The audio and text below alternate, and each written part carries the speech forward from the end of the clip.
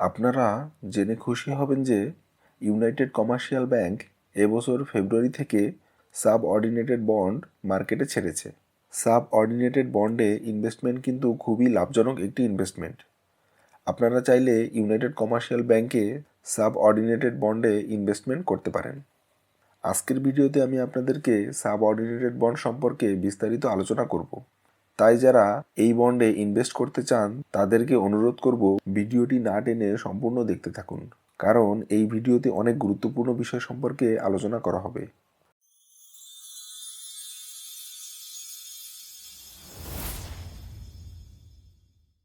প্রথমেই জানাবো subordinated bond কি। সাবঅর্ডিনেটেড বন্ড এক ধরনের ঋণপত্র এবং নির্দিষ্ট আয়ের খাত, যার মাধ্যমে ঋণ গ্রহীতা নিজেদের ফান্ড বৃদ্ধি করার লক্ষ্যে ঋণ প্রদানে ইচ্ছুক বিনিয়োগকারীদের কাছ থেকে অর্থ সংগ্রহ করে। মূলত বন্ড কেনার মাধ্যমে একজন বিনিয়োগকারী বন্ড প্রদানকারীকে ঋণ প্রদান করে থাকে। অর্থাৎ আমরা যদি সাধারণভাবে বুঝতে চাই, ব্যাংক বা ফাইন্যান্সিয়াল প্রতিষ্ঠানগুলো আপনাদেরকে মাঝে মধ্যে আপনাদের প্রয়োজনে ঋণ দিয়ে থাকে। এই ক্ষেত্রে ঠিক তার রিভার্স ঘটনা ঘটছে, অর্থাৎ আপনি ইনভেস্টমেন্টের মাধ্যমে ব্যাংক অথবা ফাইন্যান্সিয়াল প্রতিষ্ঠানকে ঋণ প্রদান করছেন, যার বিনিময়ে ব্যাংক আপনাকে কিছু সুদ প্রদান করবে। এখন আসি, ইউনাইটেড কমার্শিয়াল ব্যাংক পঞ্চম সাবঅর্ডিনেটেড বন্ড ইস্যু করার উদ্দেশ্য কী। এই বন্ড ইস্যু করার মূল উদ্দেশ্য হচ্ছে টায়ার টু ক্যাপিটাল বাড়ানো, অর্থাৎ capital to risk weighted asset বৃদ্ধি করা। এখন চলুন আমরা জেনে নিই ন্যূনতম কত বিনিয়োগ করা যাবে। অর্থাৎ আপনি যদি এই বন্ডে বিনিয়োগ করতে চান, সেক্ষেত্রে আপনাকে 1,00,000 টাকা বা তার গুণিতক হিসেবে ইনভেস্ট করতে পারবেন। অর্থাৎ আপনি 1,00,000 টাকা, 2 লক্ষ, 3 লক্ষ, 4 লক্ষ এইভাবে করে আপনি আপনার প্রয়োজন মতো ইনভেস্ট করতে পারেন। এই বন্ডের মেয়াদ কতদিন?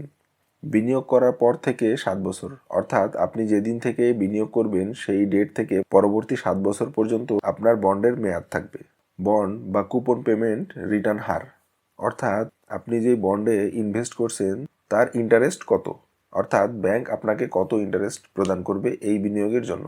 বাংলাদেশ ব্যাংক কর্তৃক প্রকাশিত সকল বেসরকারি বাণিজ্যিক ব্যাংকের সর্বশেষ 6 মাসের এফডিআর এর রেটের গড় এবং বাৎসরিক অতিরিক্ত 3% মার্জিন কুপন, অর্থাৎ এই ব্যাংকের 6 মাসের এফডিআর এর যে গড় অ্যাভারেজ ইন্টারেস্ট রেট রয়েছে সেই রেটের সাথে আপনাকে আরও 3% রেট অতিরিক্ত মুনাফা হারে দেওয়া হবে, যা কিনা প্রতি 6 মাস পর পর।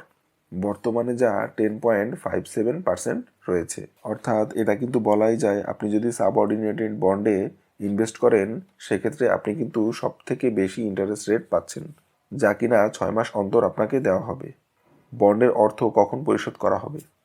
বিনিয়োগের 6 মাস পর প্রথমবার এবং পরবর্তী 6 মাস পর পর কুপনের সুদ পেমেন্ট প্রদান করা হবে। এক্ষেত্রে 3 বছর পর থেকে আপনার মূলধনের পেমেন্ট শুরু হবে।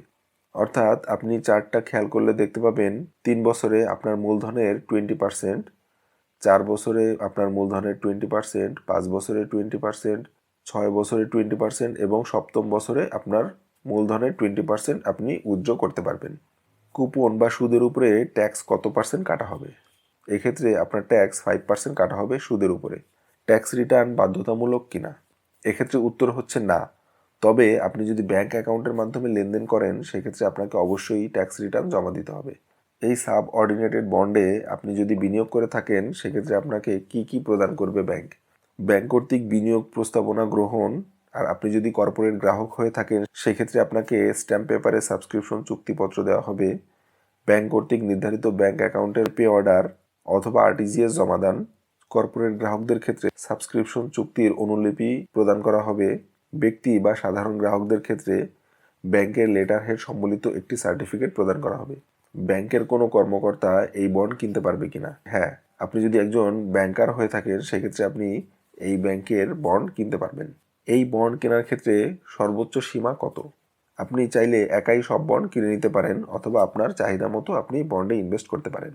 এই বন্ড কেনার জন্য ইউনাইটেড কমার্শিয়াল ব্যাংকে অ্যাকাউন্ট থাকা বাধ্যতামূলক কিনা? এক্ষেত্রে আপনার যদি কোনো অ্যাকাউন্ট নাও থেকে থাকে আপনি চাইলে এই সাবঅর্ডিনেটেড বন্ড কিনতে পারেন, তবে আপনার অ্যাকাউন্ট থাকলে আপনার জন্যই সুবিধা। এখন আপনারা দেখতে পাচ্ছেন এই সাবঅর্ডিনেটেড বন্ড কেনার জন্য যে ফর্ম আপনাকে দেওয়া হবে সেই ফর্মের একটি স্যাম্পল। তো আপনার ইনভেস্টমেন্টের পরে এরকম একটি ইনভেস্টমেন্ট সার্টিফিকেট দেওয়া হবে। এছাড়াও সাবঅর্ডিনেটেড বন্ড সম্পর্কে যদি আপনাদের কোনো প্রশ্ন থেকে থাকে আমাকে কমেন্টস বক্সে কমেন্টস করতে পারেন, আমি আপনাদের কমেন্টসের অ্যান্সার দেওয়ার চেষ্টা করব। সো আজ আমি যাচ্ছি, দেখা হবে নতুন কোনো ভিডিওতে।